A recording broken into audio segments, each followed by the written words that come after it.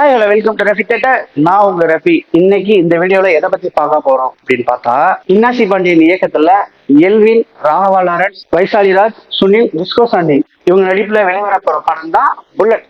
இந்த படத்தோடைய டீசர் பத்தி தான் நம்ம பார்க்க போறோம். இந்த டீசர் ரியாக்ஷன் எப்படி இருக்குன்னு பாத்தீங்கன்னா, இது பார்க்கும் போதே தெரிஞ்சு ஒரு சூப்பர் நேச்சுரல் த்ரில்லர் மூவிங்கிறத நம்ம கன்ஃபார்மா சொல்லலாம்.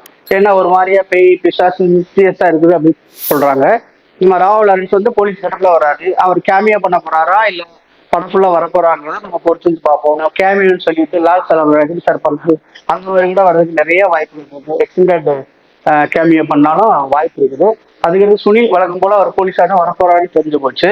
இது தவிர வந்து எல்வின் வந்து பாத்தீங்கன்னா ராகுல் லாரன்ஸ் சேர்ந்து ஒரு பாட்டுக்கு டான்ஸ் ஆடினாப்ல. இது ஃபர்ஸ்ட் இந்த படத்துல இன்ட்ரோ ஆகிறாங்க. டெபு மூவி தான் நம்ம சொல்ல முடியும்.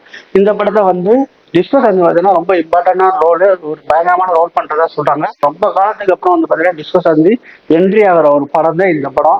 டிஸ்கோ சாந்திக்காண்டியே இந்த படத்தை நம்ம பார்க்கணுங்கிறத முடிவு பண்ணிட்டோம். புல்லட் வந்து பாத்தீங்கன்னா ஒரு நல்ல இதா இருக்கு. ஏன்னா புல்லட்டே வந்து பறந்து போய் கீழே விழுந்தது என்னாவும் திரும்ப எந்திரிச்சு நிக்கிற மாதிரிலாம் ஷார்ட்ஸ் காமிக்கிறாங்க. அந்த ஷார்ட்ஸ்லாம் நல்லா இருக்கு. ஆக்ஷன் வைஸ் ராகுல் லாரன்ஸ்னாவே மிரட்டிடுவாப்ல. ஸோ இதுவும் நல்லா இருக்கும். டான்ஸ் கொஞ்சமே இருக்காது. அப்படி ஏன்னா எல்வினும் ரொம்ப சூப்பராக ஆடுவாப்ல. ராகுல் லாரன்ஸ் மாஸ்டர் வந்து சொல்லவே தேவையில்லை.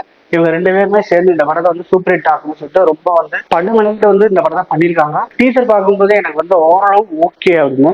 இதுல சூப்பர் நேச்சுரல் த்ரில்லருங்கும் போது பார்த்தீங்கன்னா எந்த மாதிரி விஷயங்கள் தான் வந்து பண்ண போறாங்கிறத நம்ம பொறுத்திருந்து பார்ப்போம். கதையை பொறுத்தவரை ஈஸியா வந்து எல்லாருமே வந்து கதையை வந்து நல்ல கதையை செஞ்சுறாங்க.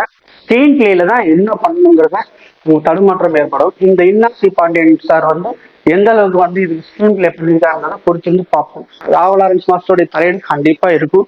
தம்பியை மேல கொண்டு வரணும்னு சொல்லிட்டு அவர் ரொம்ப வந்து முனைப்பா இருப்பாரு. ஸோ அவர் வந்து பாத்தீங்கன்னா ஒரு நல்ல ஒரு சிந்தனையான ஆள் தான். ரொம்ப நம்ம ஈஸியா சொல்லிட்டு வேற மாதிரி படங்கள்லாம் அவர் வந்து பண்ண மாட்டாரு.